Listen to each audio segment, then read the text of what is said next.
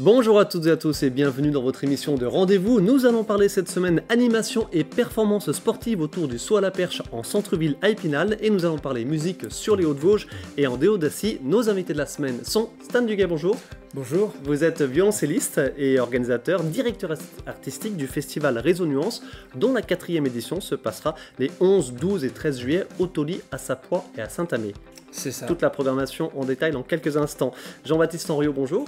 Bonjour Ludovic. Vous êtes un ancien perchiste et co-organisateur du Perchstaculaire. C'est la 2e édition. La première, c'était en 2022. Évidemment, une édition qui a pris un petit peu d'ampleur et super intéressante, bien sûr, à la veille des Jeux Olympiques avec le saut à la perche, dont on n'entend pas beaucoup parler dans le grand public en général. Vous nous raconterez tout ça. Et enfin, Seth Darcy, bonjour.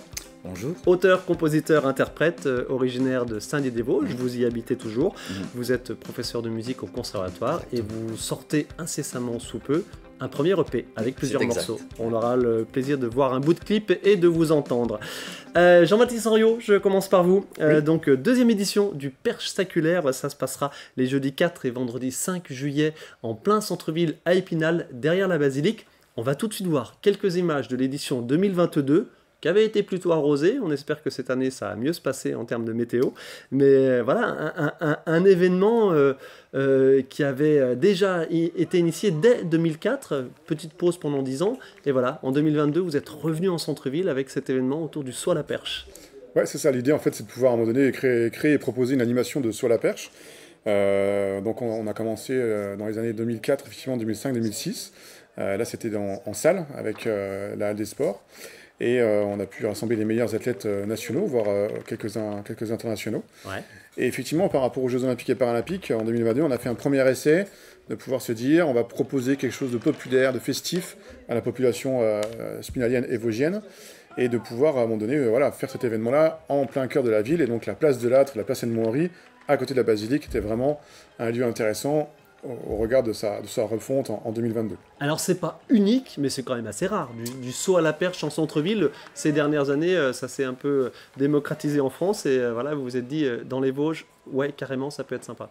Ouais, c'est sympa, effectivement. Alors ça permet de pouvoir aussi montrer que le saut à la perche, c'est quelque chose qui est spectaculaire, hein, parce que c'est pour ça qu'on a appelé l'événement Perchstaculaire, qui peut gravir certaines hauteurs, effectivement, avec les monuments que peut relayer une ville, donc en l'occurrence c'est l'Épinal pour cette année, on peut avoir vraiment des choses qui prennent la dimension en fait. Donc tout ça se passe juste à côté de la basilique. On est sur le même dispositif que les images qu'on voit, en termes d'emplacement de la piste, des tapis, etc. Exactement, l'emplacement de la piste c'est la même chose, au même endroit, entre le tribunal et puis les restaurants à côté partenaires. Des tribunes. Des tribunes pour se mettre assis, on aura des bancs aussi, donc on aura des places assises, on aura des places debout. Donc on pourra accueillir, je pense, dans la jauge prévue, c'est maximum 1500 personnes pour le jeudi soir et le vendredi soir. Donc voilà. 1500, c'est déjà pas mal du tout, effectivement. Hein. Maximum dans la Maximum, ouais, c'est clair. Non, mais un bel événement, bien sûr. Allez, dans le détail, le programme, justement. Alors, on va préciser que ça commence dès le mercredi 3 juillet. Oui. Le matin avec les scolaires, l'après-midi avec les centres sociaux. Il va se passer des choses avec les enfants, les jeunes, sur la place Edmond-Henri, donc à côté de la basilique. Mais le premier événement en grand public, c'est le jeudi 4 juillet, en fin de journée, à partir de 18h30, du skate, de la perche en skate. On va voir quelques images. Exactement. Baptiste Boiry, racontez-nous ça. Ouais, c'est un sauteur à la perche qui est fan aussi de skateboard et de sport de glisse, et qui à un moment donné s'est amusé à faire du saut à la perche en skateboard, donc au départ avec un skate, on va dire, normal. Et puis au fur et à mesure, avec les évolutions du matériel, un skate électrique qui lui permet d'avoir un peu plus de vitesse, un peu plus de rapidité. Et il en a fait, entre guillemets, une passion, et même des prestations maintenant, puisqu'il vend ses prestations. Et c'était une connaissance aussi que j'ai pu avoir dans mon réseau de sauteurs à la perche. Et il va venir sur Épinal, on va lui réserver, parce que normalement il fait ça un petit peu 10 minutes avant les gros événements, les gros concours, que ce soit au meeting de Paris par exemple, ou à Toulouse dernièrement. Ouais. Et nous on va lui proposer vraiment 1 heure de spectacle avec 8 sauts, avec des tentatives normalement au-dessus de 6 mètres, 6 mètres 10, voire 6 mètres 20. Donc des barques seules à ce jour, Mondo Duplantis peut réaliser le record du monde suédois bien connu. Parce que évidemment la vitesse de la course joue dans la performance du saut, et forcément en skate et a fortiori en skate électrique, bah ça va très vite. Les images sont carrément impressionnantes. Hein. Ouais. Ça va plus vite. En fait, l'intérêt, c'est aussi qu'on a le sauteur à la perche ne décélère pas avant l'arrivée. Et donc, c'est ça le plus important, en fait, c'est de garder cette vitesse, de continuer l'accélération pour aller sauter le plus haut. Et là, en plus, il a reçu des nouvelles perches, donc des perches très très grandes. Et il a fait dernièrement, effectivement, Toulouse, et on voit qu'il est entre guillemets en forme. Et ça va permettre, effectivement, un beau spectacle. Ce jeudi soir, donc le jeudi 4 à 18h30. Jeudi 4 à 18h30, et vous l'avez dit, pendant une heure de spectacle plutôt atypique et assez insolite, donc en centre-ville d'Épinal. Et le lendemain, pareil, ça commence à 14h, mais ça se poursuit jusque dans la soirée, jusque 20h30. Un meeting régional plus un meeting national, avec plutôt du beau monde qui est censé venir. Exactement, l'objectif c'est de pouvoir récupérer les meilleurs Français, alors sauf ceux qui vont aller aux Jeux Olympiques, puisque potentiellement on a 3 athlètes français qui vont aller faire la finale des Jeux Olympiques, donc le 5 août, on sera juste un mois avant. Donc ils auront une préparation un peu différente, mais l'objectif c'est de récupérer les seconds couteaux derrière, plus 1 ou 2 étrangers, on est en train de voir, et pour vraiment faire un concours, alors pour les initiés, ça va être des hauteurs entre 5,50 m et 6 mètres, donc vraiment des choses intéressantes. Qui commence, pour se donner un petit ordre d'idée, je vais faire mon malin avec 2 performances. Le record de France, donc de Renaud Lavillenie, c'était en 2014, 6,16 m, dites-moi si je me trompe, hein, bien sûr. Exactement, 6,16 m, ouais. Et le record du monde, Armand Duplantis, dont vous avez parlé tout rapidement, c'est un Suédois, un record du monde tout récent à 6,24 m. Ouais. Donc là, vous nous parlez en skate de performance à plus de 6 mètres. Exactement, en skateboard, ce sera au-dessus de 6 mètres, ça c'est quasiment certain. Ouais. Et puis sur le lot de concours, voilà, ce sera quand même on sera dans le top 12 des meilleurs Français qui seront présents ici à Épinal le 5 juillet. On est jeudi, l'émission est diffusée ce jeudi, l'événement c'est la semaine prochaine, mais ce week-end, il y a les championnats de France qui détermineront ceux qui iront aux Jeux Olympiques. Voilà, donc c'est pour ça que le plateau, je ne peux pas vous dire vraiment de nom, hormis le nom de Mathieu Collet, qui est le frère de Thibaut Collet, qui est actuellement le meilleur sauteur à la perche français et qui va aller aux Jeux Olympiques. Mais sinon, voilà, tout va se décider dans les jours avant l'événement, puisque au championnat de France à Angers, ce week-end, effectivement, il y aura une décision des 3 athlètes qui vont aller, enfin maximum 3 athlètes, qui vont aller au jeu pour représenter la France au saut à la perche. Extra. Et des animations autour, bien sûr, autres, de la restauration. Un village, donc les restaurants partenaires, effectivement, et un village aussi avec de nombreux stands d'animation. On aura notre partenaire, que je ne citerai pas, je ne peux pas le citer, si on peut le citer, Ludovic. Allez-y. Oui, notre partenaire Toyota, qui lui pourra être là avec un stand d'animation et qui fera gagner des places pour les jeux, donc ça c'est intéressant. Pas mal. Des animations, effectivement, pour les plus jeunes avec un kit stadium. Ouais. Des animations parasport, parce qu'on se situe évidemment dans le cadre de l'animation territoriale des Jeux. Hein, c'est pour ça que j'ai ramené la petite mascotte des Jeux, avec la ville d'Épinal, avec le label Terre de Jeux, avec le label aussi de la Grande Cause Nationale et l'État derrière, où effectivement l'objectif c'est d'animer territorialement les villes, et pas forcément à Paris, mais aussi dans toute la province, pour qu'effectivement on parle des Jeux, on vive les Jeux, à travers aussi le département des Vosges. Et c'est dans ce cadre-là qu'on s'inscrit. Donc des animations aussi parasport, d'autres animations avec notamment des grosses mascottes beaucoup plus grosses et un stand à selfie où chacun pourra repartir avec sa photo. Voilà, différents partenaires également. Et vous maîtrisez bien tout ça parce que, bien sûr, on va le dire, vous travaillez au sein de la direction départementale Jeunesse et Sport. Voilà, et c'est pour ça aussi qu'on fait la promotion des Jeux cette année parce que c'est important. Jean-Baptiste Henriot, merci infiniment. Donc jeudi 4 juillet, direction derrière la basilique, donc au centre-ville d'Épinal pour Perche en skate, le premier gros événement de la seconde édition de Perchetacular, et donc vendredi 5 à partir de 14h, mais surtout à partir de 18h pour le meeting national de saut à la perche en centre-ville d'Épinal. Franchement, en image, ça claque un petit peu, on va dire ça. Merci David, on espère. Ouais. Et le tout, parce que j'ai oublié, comme ça je fais la transition en même temps, en musique. Le tout en musique est gratuit, bien évidemment. Et gratuit. Extra. Jeudi 4 juillet et vendredi 5 juillet derrière la basilique à Épinal. Merci beaucoup. Stan Duguay, bonjour. Bonjour. Rebonjour. Violoncelliste originaire du Toli.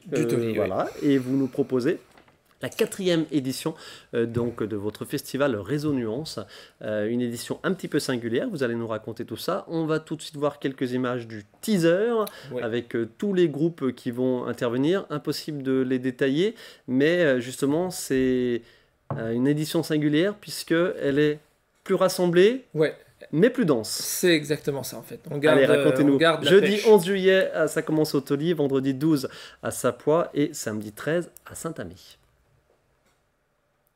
Édition plus rassemblée, c'est-à-dire? Et ben donc l'idée c'était qu'on rassemble un peu tout ça sur le territoire des Hauts-de-Vosges. Ouais. C'est vrai qu'on a eu 3 années formidables où on avait un festival sur 4 semaines. Le truc c'est que moi je suis pas que organisateur de festival, je suis musicien aussi. Et donc je suis appelé des fois à jouer loin, à faire des tournées. Donc là c'était compliqué pour moi de garder le festival sous sa forme de base. Et donc voilà, on s'est dit qu'on allait faire un format plus festival en fait, mais toujours avec un truc en plus qu'on n'avait pas les autres années, c'est de baser tout ça sur de la création en fait, et proposer des choses uniques qui vont être uniques au festival, des rencontres entre certains artistes, des choses qui ne vont pas avoir lieu ailleurs. En fait. Ok, et puis on va préciser aussi que les 3 premières éditions c'était cinglé parce que vous jouiez en extérieur dans les jardins. C'est ça. Ce qui ne sera pas tout à fait le cas, ça dépend de la météo. Là, ça reste en extérieur, toujours dans l'idée de jardin, de lieu en nature. Okay. Après, on a un point de repli qui sera un seul point de repli, qui sera la salle polyvalente du Toli, si jamais la météo est capricieuse. Et on va aménager ça pour vraiment créer une intimité spéciale. Mais bon, cette salle, elle est déjà belle en soi, donc ça marchera très bien. Jeudi 11 juillet, grosso modo, dans les grandes lignes, la programmation. Tout ça, c'est à partir de 16h. Jusqu'à 22h30, 23h, grosso modo, mais voilà, rendez-vous à 16h avec à chaque fois 3 ou 4 groupes. Oui, c'est ça, il y a plusieurs spectacles. Le jeudi, on a quelque chose qui se passe en forêt à 16h, qui est avec donc moi au violoncelle et Charline Voinet, une comédienne chanteuse. 18h, on a Chanté les femmes, qui est un spectacle en fait en interaction. En fait, c'est une sorte de médiation culturelle qui a eu lieu toute l'année avec donc des professionnels et des amateurs. Enfin, des professionnels et des amatrices en fait, et donc qui est vraiment un spectacle, c'est une ode aux femmes, et voilà, donc c'est vraiment un très beau spectacle qui a joué hier à l'ECSP de Cornimont. Okay. Et puis on a à 20h30 les Cracked Cookies, et là c'est plutôt jazz, swing, chanson, donc voilà, c'est très dynamique, ça va être sympa. Le vendredi 12 juillet, on a vu tout ça tout rapidement en images, mais on va se le détailler. À Sapois, qu'est-ce que vous nous proposez à partir de 16h toujours? C'est ça, c'est toujours à 16h. Donc moi j'ai travaillé cette année avec l'orchestre symphonique, donc ça fait partie des nouveautés du festival, de travailler avec des publics amateurs et de faire des créations. Okay. Donc là on a travaillé avec l'orchestre symphonique Gérard Hauts-de-Vosges, avec Ludovic Bérard à la baguette. Et donc moi j'ai écrit une musique, donc une sorte de concerto pour violoncelle, c'est-à-dire que l'orchestre accompagne le violoncelle. Donc avec mon ami Erwan Le Guen, qui est aussi compositeur et violoncelliste, on s'est réparti le travail sur une pièce qui s'appelle Les Souffles du vent, qui est en 4 mouvements avec une sorte de petite aventure de différents souffles du vent. Alors il y a le vent du départ, le vent de la découverte, le vent de l'angoisse, donc ça fait bien. Voilà. Et le vent de la joie pour terminer, voilà, ça sera intéressant. Et ensuite on a un groupe qui est nancéen, qui a déjà joué un certain nombre de fois dans les Vosges, qui est vraiment super, ça s'appelle Suzanne aux yeux noirs.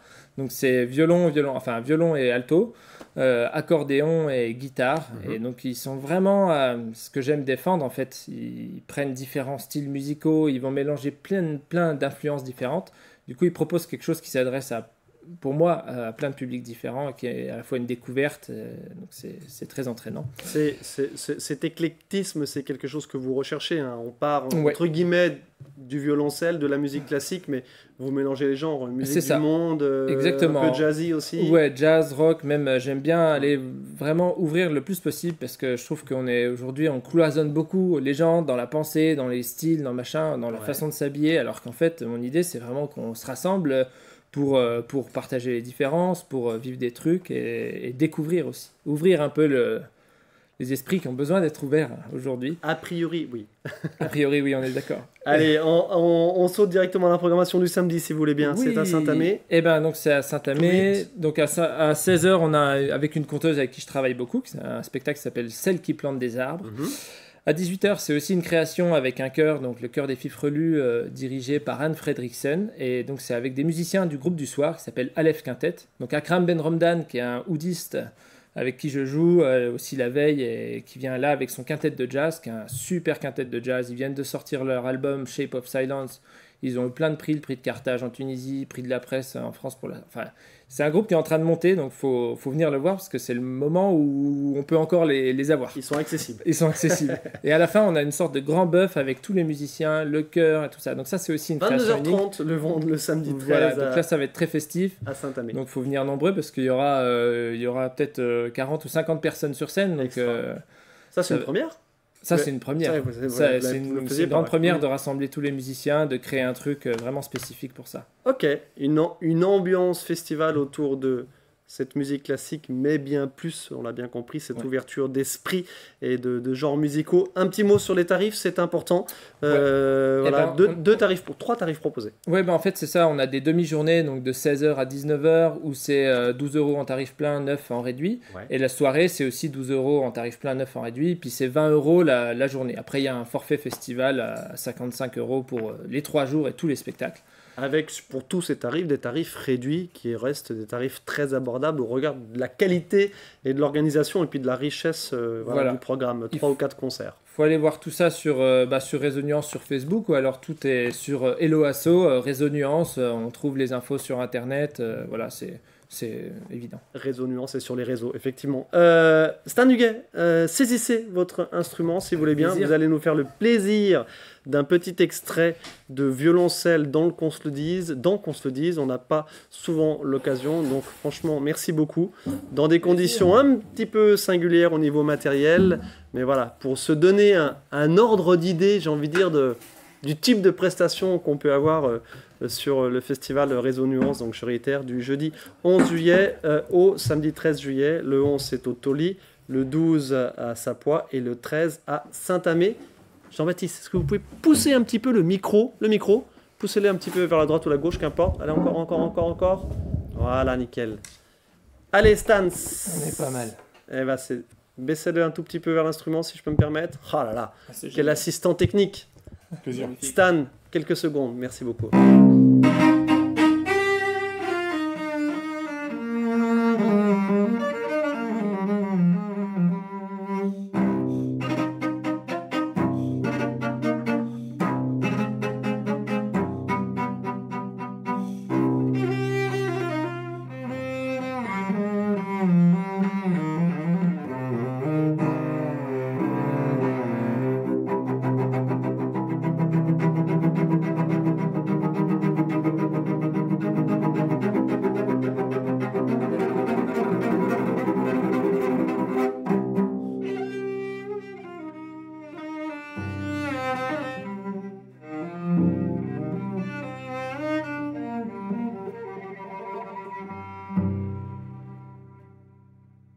On sent bien diverses influences musique du monde, je me trompe? Oui, tout à fait. Merci beaucoup. Stan Huguet, Festival Réseau Nuance, jeudi 11 au Toli, vendredi 12 à Sapois et samedi 13 juillet à Saint-Amé. Merci beaucoup Stan. Seth Darcy, on reste sur la musique avec vous pendant que Stan se réinstalle.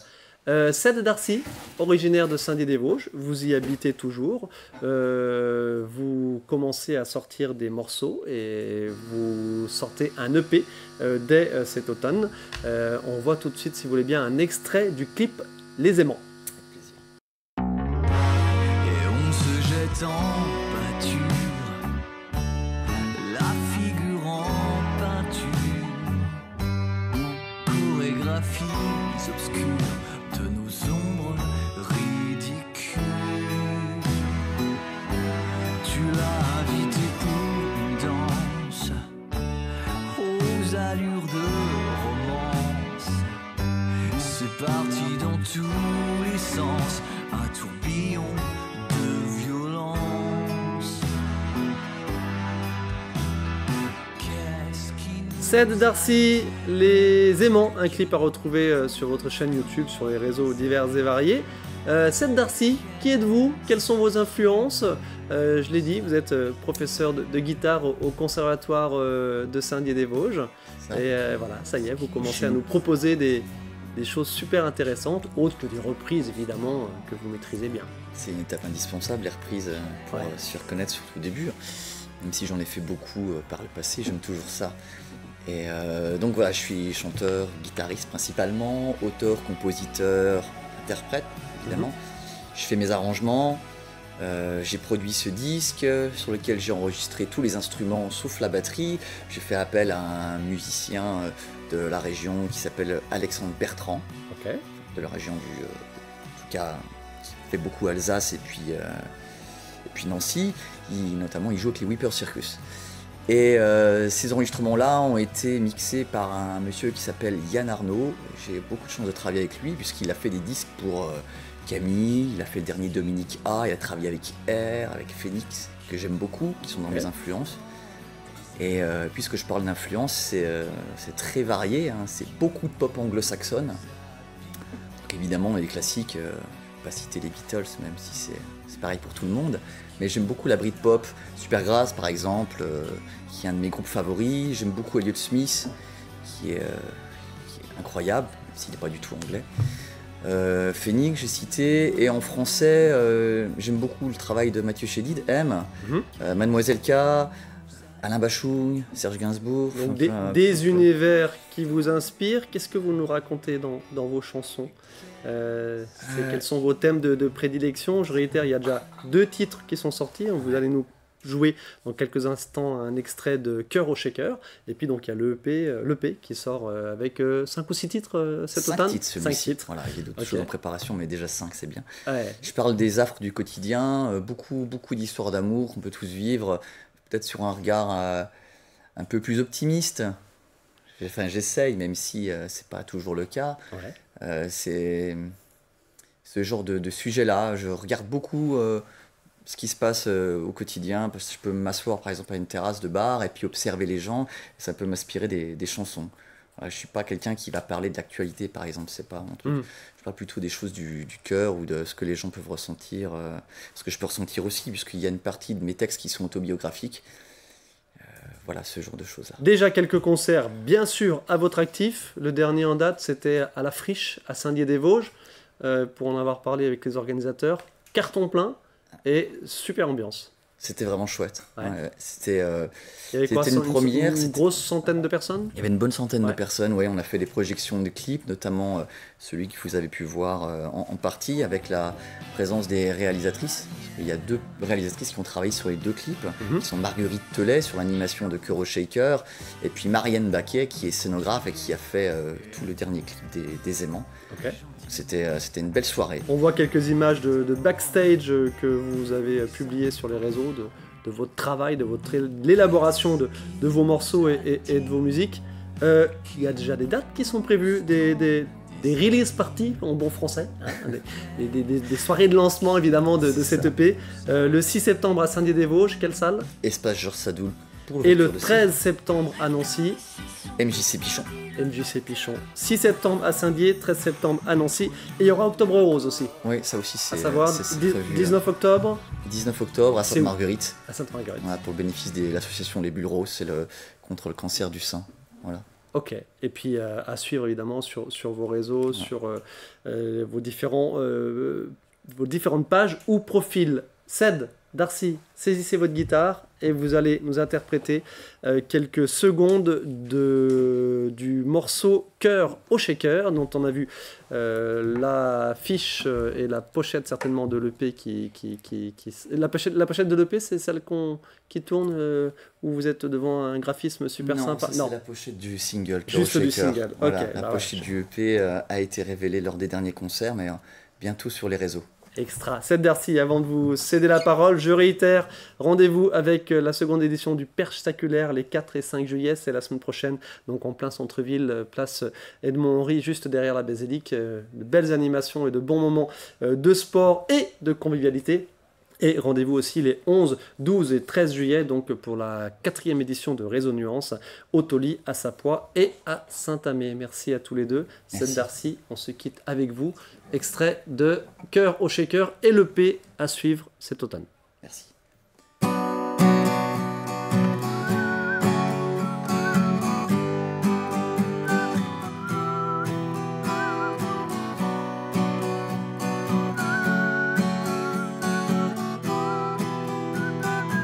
Ceux qui vous passent le cœur au shaker, un frappé de 1000 saveurs, puis qui un jour vont voir ailleurs, ça fait ce qui se passe à l'intérieur. Jusqu'au fond du bol on savoure une amie cuillerée par jour. Plus rien ne rime avec bravoure. Pour moi aujourd'hui,